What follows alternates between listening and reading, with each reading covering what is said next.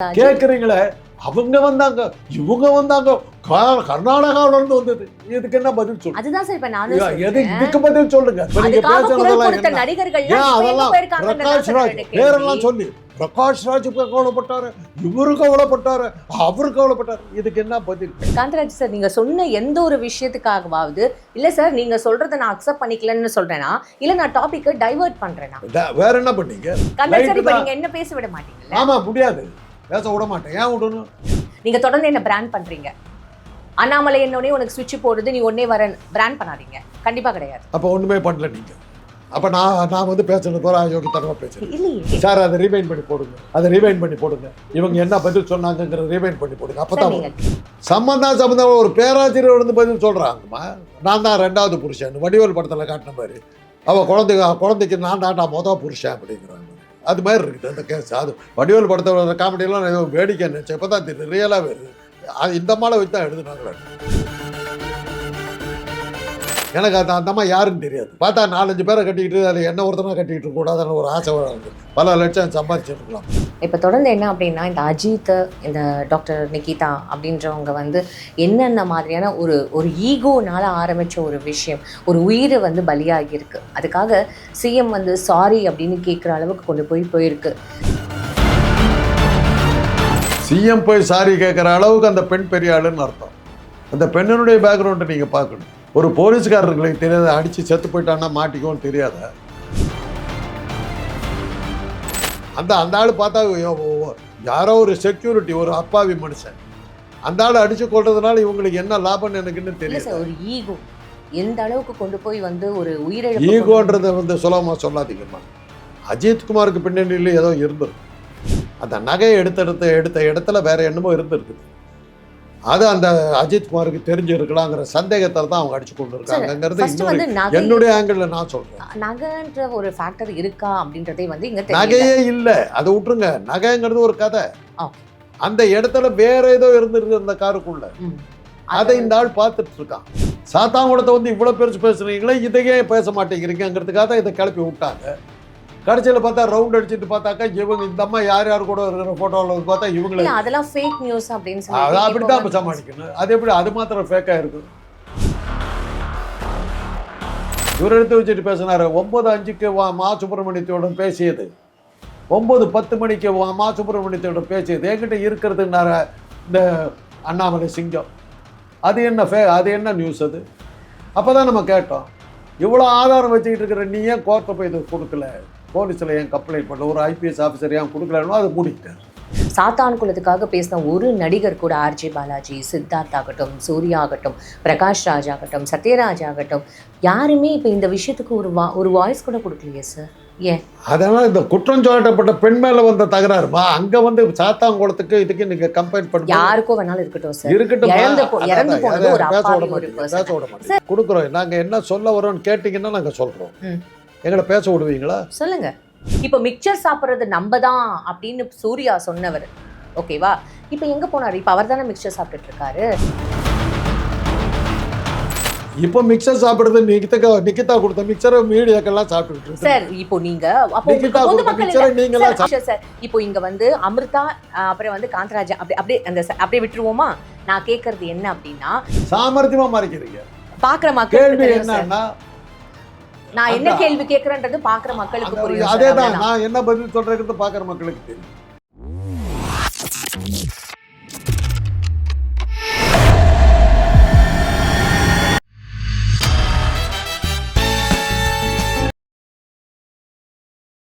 இப்போ தொடர்ந்து என்ன அப்படின்னா, இந்த அஜித், இந்த டாக்டர் நிகிதா அப்படின்றவங்க வந்து என்னென்ன மாதிரியான ஒரு ஈகோனால ஆரம்பித்த ஒரு விஷயம், ஒரு உயிர் வந்து பலியாகியிருக்கு. அதுக்காக சிஎம் வந்து சாரி அப்படின்னு கேட்குற அளவுக்கு கொண்டு போயிருக்கு சார். இது மாதிரியான ஒரு விஷயங்கள்லாம் வந்து இந்த ஆணவ கொலை ஆகட்டும் சரி, இந்த லாக்அப் டெத் ஆகட்டும் சரி, தொடர்ந்து இந்த மரணங்கள் வேறு ஒரு ரூபத்தில் நடந்துட்டு தான் இருக்குது. எல்லார்கிட்டையும் போய் சிஎம் ஸ்டாலின் அவர்கள் சாரி கேட்க முடியுமா சார்? அது முடியாது. இதில் அந்த சிஎம் போய் சாரி கேட்குற அளவுக்கு அந்த பெண் பெரிய ஆளுன்னு அர்த்தம். அந்த பெண்ணினுடைய பேக்ரவுண்டை நீங்கள் பார்க்கணும். ஒரு போலீஸ்காரர்களுக்கு தெரியாத, அடித்து செத்து போயிட்டான்னா மாட்டிக்கும்னு தெரியாத, அதையும் தாண்டி அவங்க அடிக்கிறாங்கன்னா அந்த பெண் எவ்வளோ சக்தி வாய்ந்தவளாக இருப்பாள். அந்த பெண்ணினுடைய பின்னணியில் யார் இருக்கா? ஒரு நகை இருந்ததுமா, அரை அரை ஒரு 20 பவுன் நகை, அவ்வளோதான். அந்த நகை இருக்கான்றது வந்து இன்னும் நகை வச்சதுக்கு ஆதாரம் இல்லை. அந்த அந்த ஆள் பார்த்தா யாரோ ஒரு செக்யூரிட்டி, ஒரு அப்பாவி மனுஷன், அந்த ஆள் அடிச்சு கொள்றதுனால இவங்களுக்கு என்ன லாபம்னு எனக்கு இன்னும் தெரியல. ஒரு ஈகோ எந்த அளவுக்கு கொண்டு போய் வந்து ஒரு உயிரிழப்பு. ஈகோன்றதை வந்து சுலபமா சொல்லாதீங்கம்மா. அஜித்குமாருக்கு பின்னணியில் ஏதோ இருந்திருக்கும். இல்லாட்டி போனால் ஒரு சாதாரண செக்யூரிட்டி அடிச்சு கொள்றாங்கன்னாக்கா அந்த ஆள் வேற எதையோ கண்டுபிடிச்சிருக்கிறான். அந்த நகையை எடுத்த இடத்துல வேற என்னமோ இருந்திருக்குது. அது அந்த அஜித்குமாருக்கு தெரிஞ்சிருக்கலாங்கிற சந்தேகத்தில் தான் அவங்க அடிச்சு கொண்டு இருக்காங்கிறது என்னுடைய ஆங்கிள் நான் சொல்றேன். நகைன்ற ஒரு ஃபேக்டர் இருக்கா அப்படின்றதே வந்து இங்க நகையே இல்லை, அதை விட்டுருங்க. நகைங்கிறது ஒரு கதை. அந்த இடத்துல வேற ஏதோ இருந்திருக்கு அந்த காருக்குள்ள. அதை இந்த ஆள் பார்த்துட்டு இருக்கான். உயிரோட விடாத தீர்த்துருக்கு. அவ்வளோ சக்தி. ஸோ இதே இன்சிடென்ட் தான் சார். இப்போது அஞ்சட்டியில் 8th ஸ்டாண்டர்ட் படிக்கிற ஒரு குழந்தைய போய் காரில் கடத்திட்டு போய் கொலை பண்ணியிருக்காங்க சார். ஒரு பெரிய ஒரு மணல் புதரில் போட்டு இது பண்ணியிருக்காங்க. என்னன்னா அந்த குழந்தை கள்ளக்காதலை பார்த்துடுச்சு. எங்கே அதை போய் சொல்லிடுமோ அப்படின்ற ஒரு பயத்தில் போய் கொண்டு இருக்காங்க சார்.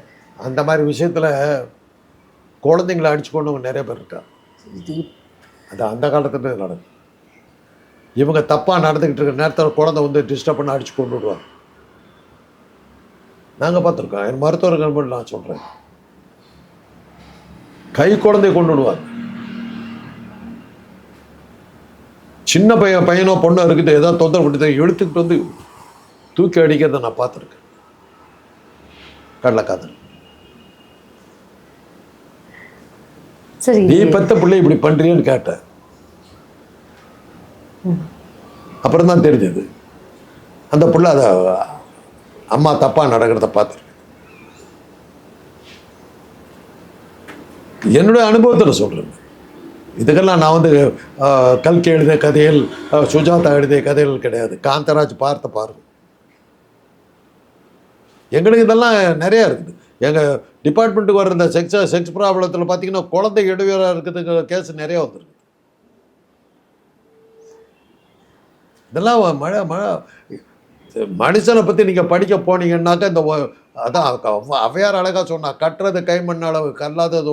மனுஷனை பற்றி நம்ம தெரிஞ்சுக்கிறது ரொம்ப குறைச்சல்மா. என்ன வேணாலும் பண்ணுவான். குழந்தைய கூட கொல்றதுக்கு தயாராக இருப்பாங்க. நல்ல தங்க 7 குழந்தைய கிணத்துல போடுறாமா. வறுமையில் காப்பாற்றுறதுக்கு அவளுக்கு யோகிதை இல்லையா? என்ன கதை எடுத்துறீங்க? 7 குழந்தைய கிணத்துல போடுற கதையை வந்து ஒரு நாடகமாக போட்டு உலகம் பூரா பரப்புனீங்க. பிச்சை எடுக்கிற நிலைமை வந்தால் குழந்தைய கொண்டு போட்டுன்ற மாதிரி கதையை போட்டுட்டு இருந்தீங்க. அப்புறம் தான் நல்ல தங்க கதையை நிறுத்துறாங்க. சரி, இப்போ இதெல்லாம் ஆதி காலத்துலேருந்து இருக்கிறது எல்லாம். இதெல்லாம் நீங்கள் வந்து இடையூறாக இருந்ததுன்னு குழந்தைய கொலை பண்ணவங்க நிறைய பேர் இருக்காங்க. நிறைய கேஸ். சார், இப்போ இந்த நிக்கிதான்ற பேச்சு வந்து கிட்டத்தட்ட ஒரு வாரமாக இது வந்து ரொம்ப பரபரப்பாக போய் பேசிக்கிட்டே இருக்காங்க சார். இன்னும் அவங்கள அரெஸ்ட் பண்ண மாதிரியான எந்த ஒரு விஷயமுமே இது எதுக்காக ஆரம்பித்தாங்கன்னா, சாத்தாங்குளத்தை பற்றி பேசுனீங்களாடா, இப்போ இப்படி நடந்து போச்சேன்னு சொல்லிட்டு இவங்க அந்த குரூப்பு இதை பெருசாக்குனாங்க. பேக் ஃபயர் ஆகிடுச்சு. இப்போ அவங்களே மாட்டிக்கிட்டாங்க. என்ன மாதிரியான சாத்தாங்குளத்தை இது பண்ணும்போது ஐயோ என்ன சண்டாளத்தனம்லாம் பேச எல்லா கட்சிக்காரும் இன்னைக்கு உள்ள சாத்தாங்குளத்தில் பதில் வரலையே. இன்னைக்கு உள்ள சாத்தாங்குளம் அப்படியே தானே இருக்கு. சாத்தாங்குளத்தை வந்து இவ்வளோ பெருசு பேசுறீங்களே, இதையே பேச மாட்டேங்கிறீங்கிறதுக்காக தான் இதை கிளப்பி விட்டாங்க. கடைசியில் பார்த்தா ரவுண்ட் அடிச்சுட்டு பார்த்தாக்கா இவங்க இந்த அம்மா யார் கூட இருக்கிற ஃபோட்டோவில் பார்த்தா இவங்களே அதெல்லாம் ஃபேக் நியூஸ் அப்படின்னு சொல்லி அதை அப்படி தான் சமாளிக்கணும். அது எப்படி அது மாத்திரம் ஃபேக்காக இருக்கும்? இவர் எடுத்து வச்சுட்டு பேசினார். 9:05 மா சுப்பிரமணியத்தோடு பேசியது, 9:10 மணிக்கு மா சுப்பிரமணியத்தோடு பேசியது என்கிட்ட இருக்கிறதுனார இந்த அண்ணாமலை சிங்கம். அது என்ன நியூஸ்? அது அப்போ தான் நம்ம கேட்டோம். இவ்வளோ ஆதாரம் வச்சுக்கிட்டு இருக்கிற நீ ஏன் கோர்ட்டில் போய் இது கொடுக்கல, போலீஸில் ஏன் கம்ப்ளைண்ட் பண்ணல, ஒரு IPS ஆஃபீஸர் ஏன் கொடுக்கலன்னு அதை மூடிக்கிட்டார், மறைச்சிக்கிட்டார். நீ செஞ்சா தக்காளி சட்னி, உனக்கு வந்தா ரத்தம், எனக்கு வந்தா தக்காளி சட்னி. இப்போ நீ மாட்டிக்கிட்ட. நீ கிளப்பி விட்ட கதை. கேடி ராகவனை ஒழிக்கிறதுக்கு நீ ஆடாத ஆட்டமா, நீ பண்ணாத கூத்தா? இப்போ அந்த நிக்கிதா அவங்க கார்ல அப்படி என்ன மாதிரியான ஒரு தெரியாதுமா, ஏதோ ஒரு பெரிய விஷயம் இருந்திருக்கு, இல்லாட்டி அடிச்சு கொள்ற அளவுக்கு போயிருக்க மாட்டாங்க. அந்த ஆளு ஒரு அப்பாவி, ஒரு செக்யூரிட்டி ஆஃபீஸரா, அந்த ஆளு என்னத்தை பண்ணிடுவான்? ஏதோ பார்க்கக்கூடாத பார்த்துட்டான். இருந்த ஆபத்து தீர்த்துரு, அவ்வளவுதான். அந்த அளவுக்கு மாதிரி அது மாதிரி ஏதோ ஒரு பெரிய விஷயம் இருக்கு. அந்த அளவுக்கு அந்த பொம்பளை அந்த கம்ப்ளைண்ட் கொடுத்த பெண்ணுக்கு ஏதோ விஷயம் இருக்கு சார். அப்படி பார்த்தா கூட அஃபிஷியலா கூட கம்ப்ளைண்ட் கொடுக்கல இல்ல சார்? அந்த அஃபிஷியலா எந்த கம்ப்ளைண்ட்? அதைத்தாமா சொல்றேன், நீங்க எல்லாமே நெகட்டிவ் தாமா அந்த விஷயத்துல. எல்லாமே வயலேட் ஆயிருது. அப்படின்னா அவ்வளோ வயலேட் பண்ணி ஒரு பொண்ணை காப்பாத்துறாங்கன்னாக்கா அந்த பெண்ணினுடைய பின்னணியில இது என்ன நடந்தது, அந்த கார்ல என்னத்தை இந்த ஆள் பார்த்தாங்கிறத நம்ம கேட்கணும். இது சிபிசிஐடிக்கு நீங்க மாத்திக்கிறதுனா மாத்திக்கோங்க அப்படின்னு சொல்லியிருக்காங்க சார். அப்ப இந்த கேசஸ் எவ்வளவோ இருக்குல்ல சார்? அதுவே அழுத்தத்தின் காரணமா தான் போகுது. சிபிசிஐடி கிட்ட போச்சுன்னா என்ன ஆகும்? இன்னொரு 2000 வருஷம் ஆகும் இந்த கேஸ் முடியாது. எவ்வளோ கேசஸ் இருக்கு சார்? இன்னும் கள்ளக்குறிச்சி கேஸ்லயே இருக்கிற விஷயமா இன்னும் வெளில வரல. வராதுமா, சாத்தான்குளத்துல என்ன ஆகி போச்சு? சாத்தான்குளம் விஷயம் சிபிஐ கிட்ட கொடுத்தா முடிஞ்சு போச்சுன்னு அர்த்தம். தப்பிக்கிறதுக்கு ஒரே வழி சிபிஐ கிட்ட விடுங்க. இது அவ்வளோதான். இன்னொரு வாரம் பேசிட்டு விட்டுற வேண்டியது. என்னைக்கு சிபிஐ ஒரு கேஸை கண்டுபிடிச்சி குற்றவாளியை கோர்ட்டில் நிறுத்தி தண்டனை வாங்கி கொடுத்து ஒரு கேஸ் சொல்லுங்க பார்க்கலாம். 2 இடம் இருக்கு. அமலாக்கத்துறை, காத்தராஜ் வீட்டில் கத்தையாக பணம் கைப்பற்றப்பட்டது, பல கோடி ஆகப்பட்டது, முக்கிய ஆவணங்கள் சிக்கின. எத்தனை கோடி கைப்பற்றப்பட்டது? அந்த முக்கிய ஆவணத்தில் இருந்த செய்தி என்ன? யாருக்கும் தெரியாது. இன்னைக்கு வரல அவனுக்கு தெரியாது. அந்த கைப்பற்றப்பட்ட பணம் எங்கே போச்சுன்னு யாருக்கும் தெரியாது. அந்த முக்கிய ஆவணத்தில் என்ன ரகசியம் இருந்துங்கிறது அவனுக்கு தெரியாது. இவ்வளோ சொல்கிறாங்க. சுவிஸ் பேங்க்கில் கருப்பு பணத்தை இந்தியர்களுடைய கணக்கெல்லாம் முடக்கி விட்டோம்னாங்க. 3 பங்கு ஏறி இருக்கிறான் முத்தானாள் சுவிட்சர்லாந்து. அப்போ இந்த அமலாக்கத்துறை என்ன பண்ணிட்டு இருந்தது? இதுக்கெல்லாம் பதில் கிடையாது. அமலாக்கத்துறை கிட்டையும் நீங்கள் சிபிஐ கிட்டையும் விட்டீங்கன்னா இந்த கதை முடிஞ்சதுன்னு அர்த்தம். சார், இப்போது இது ஒரு பக்கம் இருக்கும்போது இந்த திமுக கவர்மெண்ட்டில் அதிமுக கவர்மெண்ட் இருக்கும்போது பேசின ஒரு நடிகர் கூட, சாத்தான்குளத்துக்காக பேசின ஒரு நடிகர் கூட, ஆர்ஜே பாலாஜி, சித்தார்த் ஆகட்டும், சூர்யா ஆகட்டும், பிரகாஷ் ராஜ் ஆகட்டும், சத்யராஜ் ஆகட்டும், யாருமே இப்போ இந்த விஷயத்துக்கு ஒரு வாய்ஸ் கூட கொடுக்கலையே சார். ஏன்? அதனால் இந்த குற்றம் சாட்டப்பட்ட பெண் மேலே வந்த தகராறுமா அங்கே சாத்தான்குளத்துக்கு இதுக்கு நீங்கள் கம்பேர் பண்ணி யாருக்கும் வேணாலும் இருக்கட்டும் சார். இருக்கட்டும். இறந்து போனது ஒரு அப்பாவி ஒரு பர்சன் சார். நீங்க உடனே நீங்க டைவர்ட் பண்ண பாக்குறீங்களே தவிர என்ன நீங்க சொல்றீங்களே தவிர ஒரு பர்சன் இறந்திருக்காருன்றது தானே இப்போ ஒரு காமனான ஒரு விஷயம். காமனான ஒரு பர்சன் தானே. நீங்க அந்த பர்சனுக்காகவாவது ஒரு குரல் கொடுத்துருக்கலாம்ல. அது ஏன் நீங்க கொடுக்கல? ஏன் கொடுக்கல? கொடுக்குறோம். நாங்க என்ன சொல்ல வரோம்னு கேட்டீங்கன்னா நாங்க சொல்றோம். எங்களை பேச விடுவீங்களா? சொல்லுங்க. சாத்தான்குளத்தில் குற்றவாளி யார்? சாத்தான்குளத்தில் அடிச்சு கொன்னது யார்? அங்க புகார் கொடுத்தது யார்? சரி. செல்போன் விற்கிற வியாபாரி அவங்க, அந்த 2 பேரும். செல்போனை ஃப்ரீயா கொடுன்னு கேட்டவன் போலீஸ்காரன். கொடுக்க மாட்டேன்னு அந்த போலீஸ்காரன் தான் அவனை இழுத்துட்டு போய் கொல்றான். அங்க வேற யாரோ பொதுமக்கள் கம்ப்ளைண்ட் பண்ணி போலீஸ் எடுத்துட்டு போகல. எனக்கு இப்போ செல்போன் கொடுக்கலங்கிறதுக்காக இழுத்துக்கிட்டு போய் அடிச்சு கொண்டது அங்க குற்றவாளி போலீஸ். குற்றம் சாட்டினது பொதுமக்கள். கேள்வியை புரிஞ்சுக்கல. என்னது புரிஞ்சுக்க முடியாதுன்றீங்க? இல்ல நீங்க நான் சொல்ற விஷயத்தை இன்னும் சொல்ல விடலையே. நீங்க சொல்ல விடலையே. இங்க குற்றம் சாட்டுனா ஒருத்தி போலீஸ் கிட்ட குற்றம் தான் சாட்டுனா. இங்க குற்றவாளி போலீஸ் இல்லை, அந்த இதில் செக்யூரிட்டி ஆஃபீஸர். அவரை அடிச்சு கொள்றானுங்க. அங்க அடிச்சு எனக்கு கொடுக்க மாட்டேங்கிறதுக்காக போலீஸை குற்றம் பண்ணுதாங்க. இங்க ஒருத்தர் சொல்லி குற்றம் பண்ணுது. இங்க அந்த பெண் யார்? அவளுக்கு எப்படி இவ்வளவு சக்தி வந்தது? அவளுடைய பின்னணியில் இருக்கிற தலைவர்கள் யார்? இன்னைக்கு உடனே வருது, உடனே சொல்லுங்க அது ஃபேக். அது எப்படி? இவங்க சொன்னா ஃபேக், அவங்க சொன்னா ரைட்டு. மா சுப்பிரமணியம் 9:05 பேசினார். வாயவே பார்த்தீங்களா என்ன அநியாயம்? ஞானசேகரனுக்கு அவருக்கு தொடர்பு எவ்வளோ வேகமாக பேசுனீங்க. அப்போ தான் நாங்கள் கேட்டோம், செல்ஃபோனில் பேசுறது உனக்கு எப்படியா கிடைச்சது? ஞானசேகரன் 9:05 இதை பேசினார், 9:10 இதை பேசினார், ஒருத்தர் பேச அத்தனை கனெக்ஷன் உனக்கு எப்படி கிடைச்சது? இந்த தகவலை வச்சுக்கிட்டு இருக்கிற நீ, ஞானசேகரனுடைய தகவல் இவ்வளவு வச்சுக்கிட்டு இருக்கிற நீயே உடனடியாக போலீஸ்ல கொண்டு போய் கொடுத்து எவிடன்ஸ் இருக்குதுன்னு ஏன் காட்டல? நான் கேட்ட கேள்விக்கும் நீங்க சொல்ற பதிலுக்கும் எந்த ஒரு சம்பந்தமே இல்லாம நீங்க டைவர்ட் பண்றீங்க. அதான் இப்ப நான் சொல்றேன். இப்போ நீங்களும் ஏன் எதுக்காக சொன்னேன்னா, நீங்களும் அதுக்கு எதுக்காக சொன்னேன், முட்டு கொடுக்குறீங்கன்னு என்ன சொல்றீங்கல? இப்போ நீங்க என்ன பண்ணிட்டு இருக்கீங்க? இப்ப ரைட், பேசிட்டுமா? பேசிட்டீங்களா? அண்ணாமலையோட இருக்கிற போட்டோ ஃபேக்னு உடனே வந்தது உங்க வாயில. எப்படி வந்தது? சமூக உடனடியா வந்தது, முட்டுச்சுக்கிட்டு வந்தது. இல்லையே, உடனடியாலாம் வரலையே. முட்டு கொடுக்கல, உளுந்தடிச்சு காப்பாத்த போனீங்க சார்.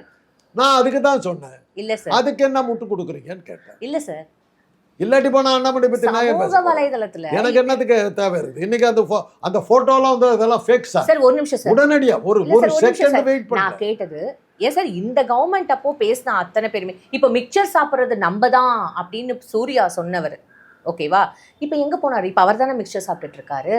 அதே சாத்தான்குளம் அந்த கவர்மெண்ட் இஷ்யூ அப்போ ட்விட்டரில் ட்வீட் போட்டார், இப்போ மிக்சர் சாப்பிட்டுட்டு இருக்கிறது நம்ம தான் அப்படின்னு மக்களே அப்படின்னு போட்டவர் இப்போ எங்கே போனார்?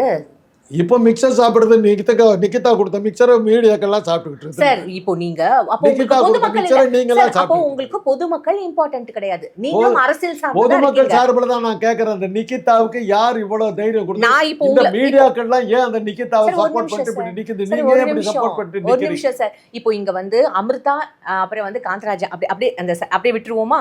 நான் கேட்கறது என்ன அப்படின்னா, இப்போ இவங்க அத்தனை பேருமே வந்து அந்த கவர்மெண்ட் அப்போ முட்டு கொடுத்து அவ்வளோ பேசுனீங்கல்ல, திமுகக்கு சார்ந்து அதிமுகக்கு அகைன்ஸ்டா அவ்வளோ பேர் குரல் கொடுத்தீங்கல்ல. பிரகாஷ் ராஜ் இந்த ஊர்லயே இல்ல, கர்நாடகாலேருந்துலாம் நீங்க குரல் கொடுத்தீங்கல்ல.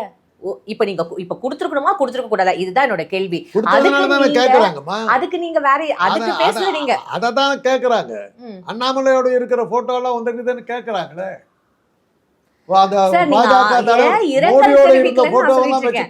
என்னோட கேள்வி ஏன் இரங்கல் தெரிவிக்கல? அதுக்கு நீங்க இரங்கல் தெரிவிச்சுட்டாங்க, மன்னிப்பு கேட்டாங்க, அவங்களுக்கு பணமும் கொடுத்துட்டாங்க. புரியுதா? சாமர்த்தியமா மறைக்கிறீங்க.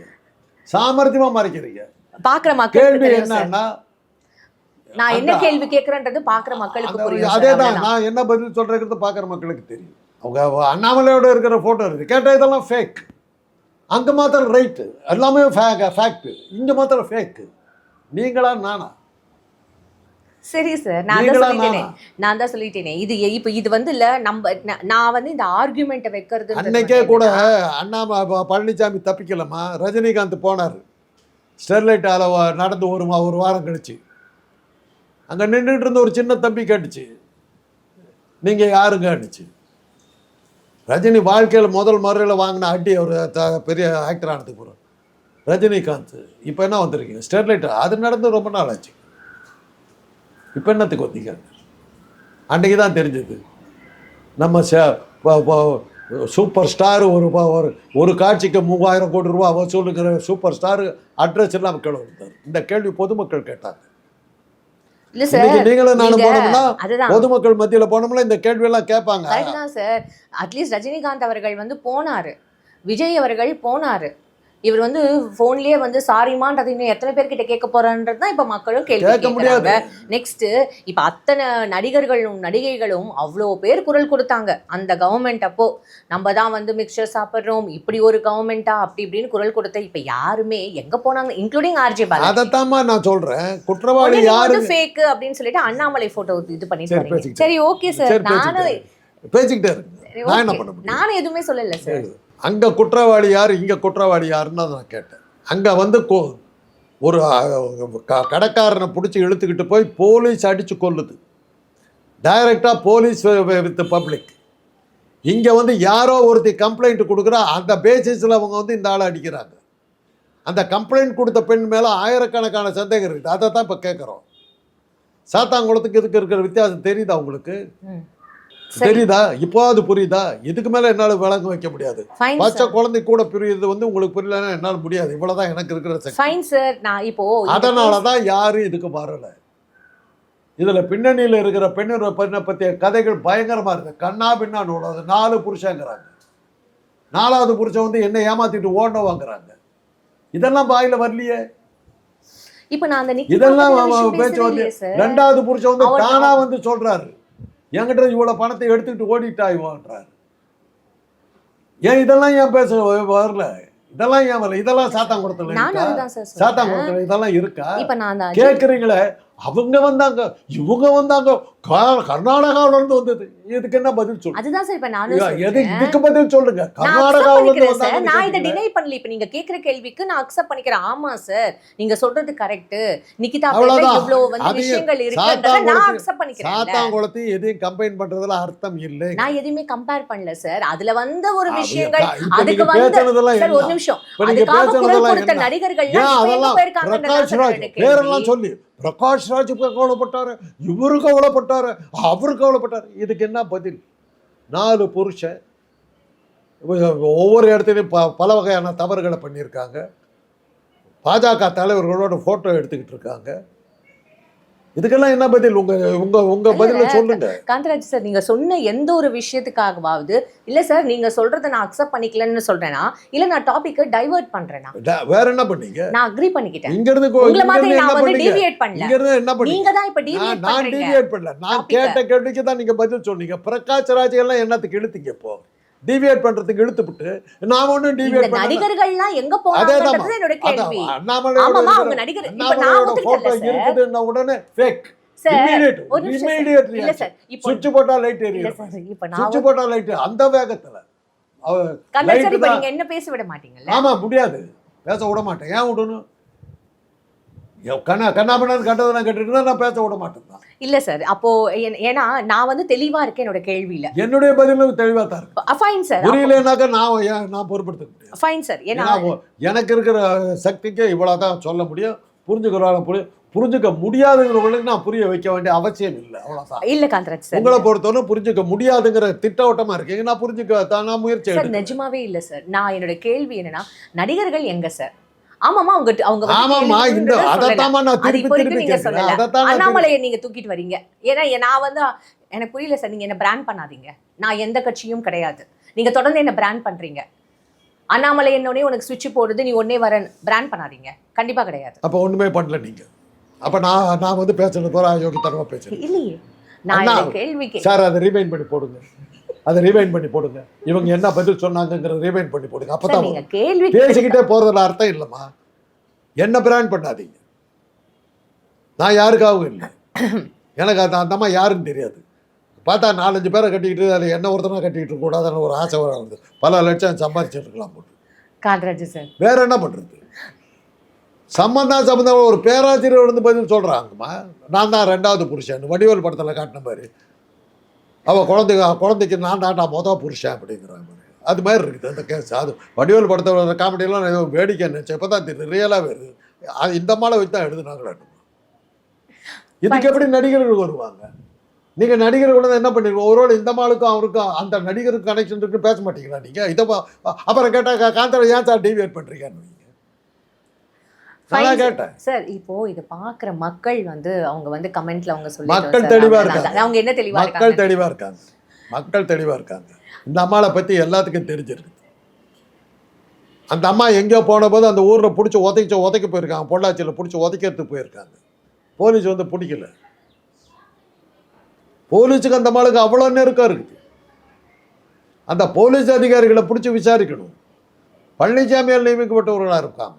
ஸோ இப்போ வரைக்கும் அவங்களுக்கு அந்த இன்ஸ்ட்ரக்ஷன் ஒரு உயரதிகாரி இன்ஸ்ட்ரக்ஷன் கொடுத்ததுனால தான் என்னோட கணவர்கள் வந்து அவங்கள அடிச்சாங்க அப்படின்னு சொல்லிட்டு அவங்களோட வைஃப் எல்லாருமே வந்து போராட்டம் பண்ணாங்க. இப்போ வரைக்கும் யார் இன்ஸ்ட்ரக்ஷன் கொடுத்தாங்கன்ற ஒரு விஷயம் கூட வரமாட்டேங்குது.